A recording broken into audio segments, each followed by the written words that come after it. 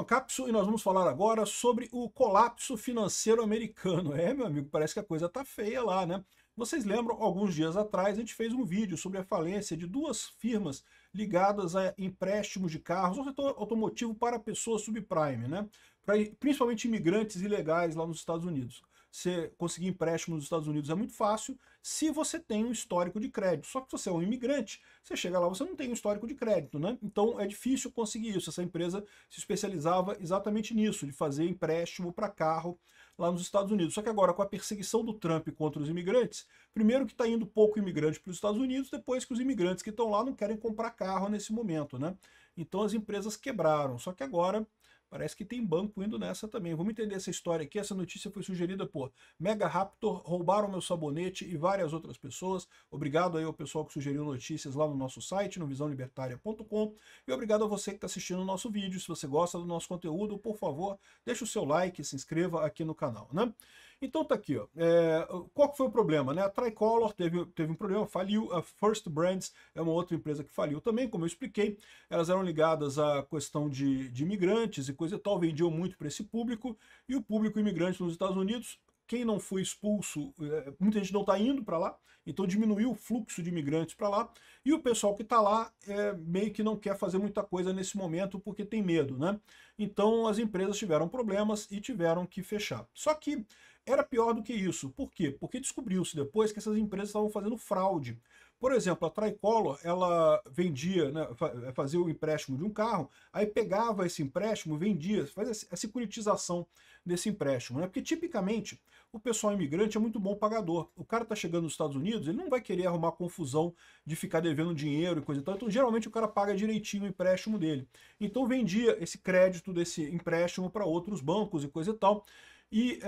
Só que parece que a empresa começou no desespero, quando começaram a escassear os negócios, né? Lembra, o Trump tomou posse em janeiro, já começou com essa coisa de proibir imigração e coisa e tal. Então eu imagino que essas empresas já estavam com dificuldade naquele momento. Mas aí a empresa quer manter a normalidade, o que eles começaram a fazer? Começaram a fazer hipoteca da mesma dívida para vários bancos. Então você tem uma carteira de empréstimos que você fez e aí você vende essa mesma carteira para vários bancos. Então cada banco acha que não tem problema porque o dinheiro que está devendo para ele tem como recuperar desse empréstimo, mas na verdade não tem, porque você vendeu a mesma coisa para vários bancos, né? Fraude mesmo. Né? Mas isso as empresas às vezes fazem nesse sufoco, né? É isso que eu falo. Quando a coisa começa a apertar, as empresas começam a fazer loucuras, e aí você pode gerar esse tipo de problema. E aí gerou problemas em alguns bancos, né? As ações da Jefferies, é um banco da Inglaterra, o Jefferies Financial Group, caíram mais de 9% depois que eles disseram que chegou a cair 30%, tá? Depois subiu um pouquinho, fechou em 9%, depois que eles disseram que tem dados que eles não conseguem recuperar, empréstimos que eles não conseguem recuperar, principalmente devido ao First Brands Group, e ele diz que o impacto é limitado, seriam facilmente absorvíveis, tranquilizando o cara, mas depois saiu isso daqui, ó. Jefferies acusa a First Brands de fraude. Sim, tinha fraude, tanto na Tricolor quanto na First Brands, tinha fraudes, né? A reclamação veio quando o Jefferies, né, divulgou que um dos fundos do banco, né, lembra, o banco tem vários fundos, né, chamado Leucadia, tinha cerca de 715 milhões de dólares em recebíveis vinculados a First Brands, que agora não existe mais, né? A First Brands já era, né? Então, os principais executivos da Jefferies dizem que foram pegos de surpresa pela suposta má conduta, estão trabalhando para conter as perdas e tranquilizar os clientes. O problema é o seguinte, isso daí, segundo eles estão dizendo, o problema vai ser limitado a esse fundo específico. Mas esse aqui é o problema, quando você pega o sistema bancário, esse fundo parece que vai fechar também vai falir o fundo. Não é a empresa toda, tá? Não é o Jefferies inteiro, mas um fundo deles vai ficar insolvente, vai perder dinheiro, né?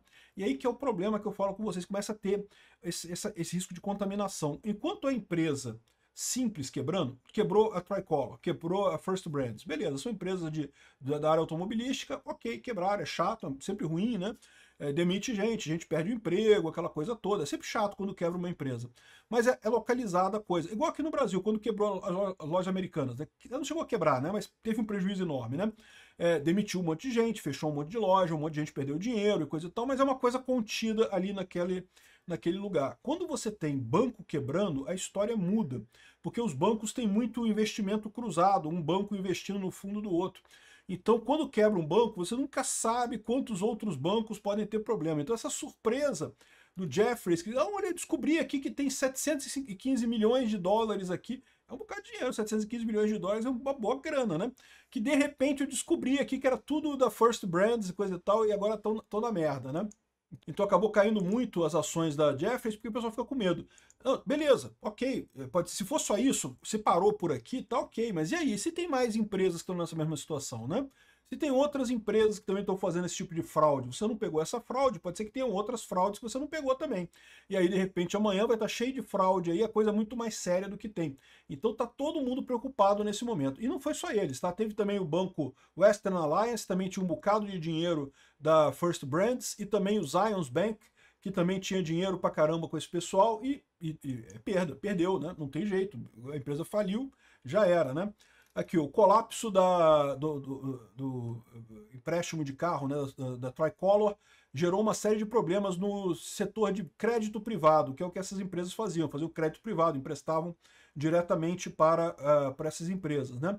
Segundo eles estão dizendo aqui, o impacto total, o mercado total de crédito privado é só de 1,1 trilhões de dólares.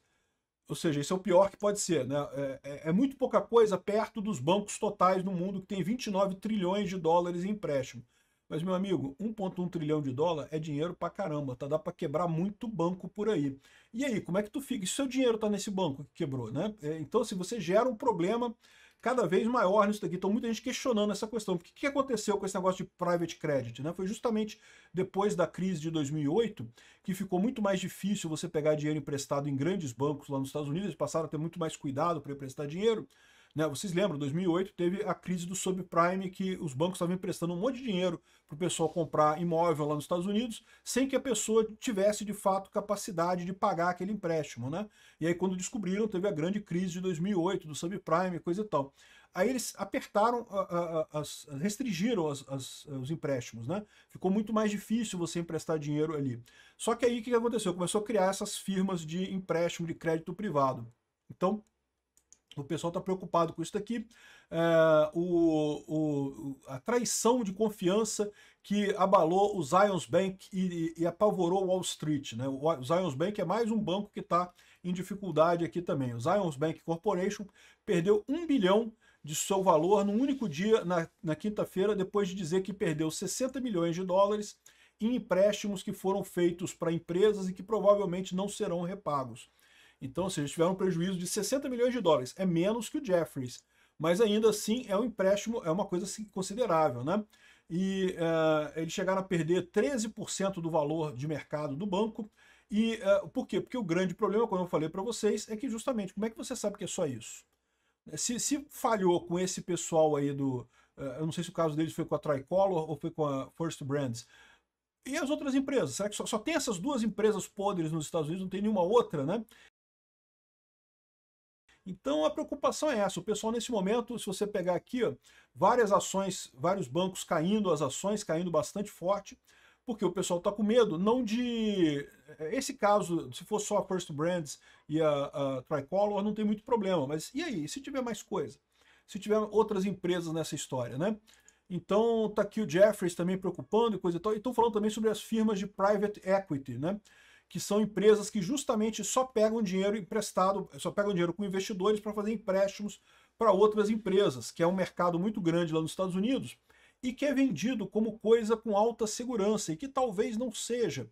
Ou seja, private equity por exemplo, o pessoal que vai fazer aposentadoria, que vai, né, investimentos de longo prazo, né, fundos de aposentadoria e coisa e tal, é uma maneira de você investir nisso daí. E aí, com esse negócio, com essa insegurança que está acontecendo aqui, está todo mundo levantando dúvidas sobre isso, né?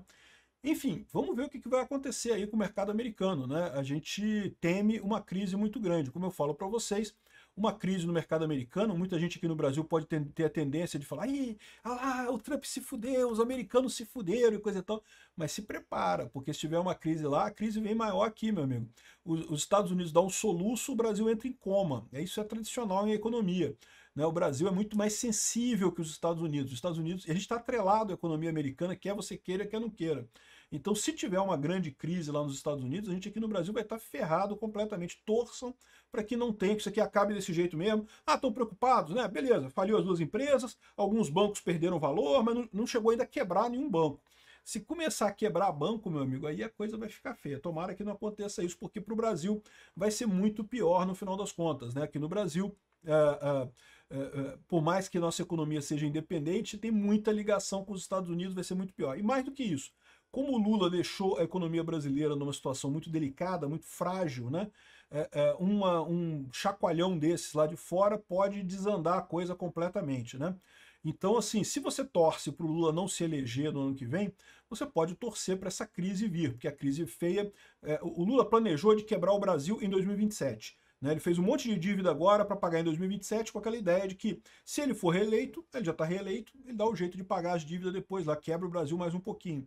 Se ele não for reeleito, ele deixou a bomba para o próximo presidente. Né? Então essa é a ideia do Lula. O problema é o seguinte, se isso aqui der realmente um chacoalhão muito grande na economia do mundo, pode ser que essa crise estoure antes de 2027. E aí, o lado positivo seria que ficaria mais difícil para o Lula ganhar a eleição. O lado negativo é que vamos todos nós no fuder, meu amigo. Eu não acho bom, não. Eu prefiro deixar quieto esse negócio, porque vai ser muito brava essa crise aqui, se vier, né? Enfim, por enquanto não tem luz vermelha, mas a luz está amarela.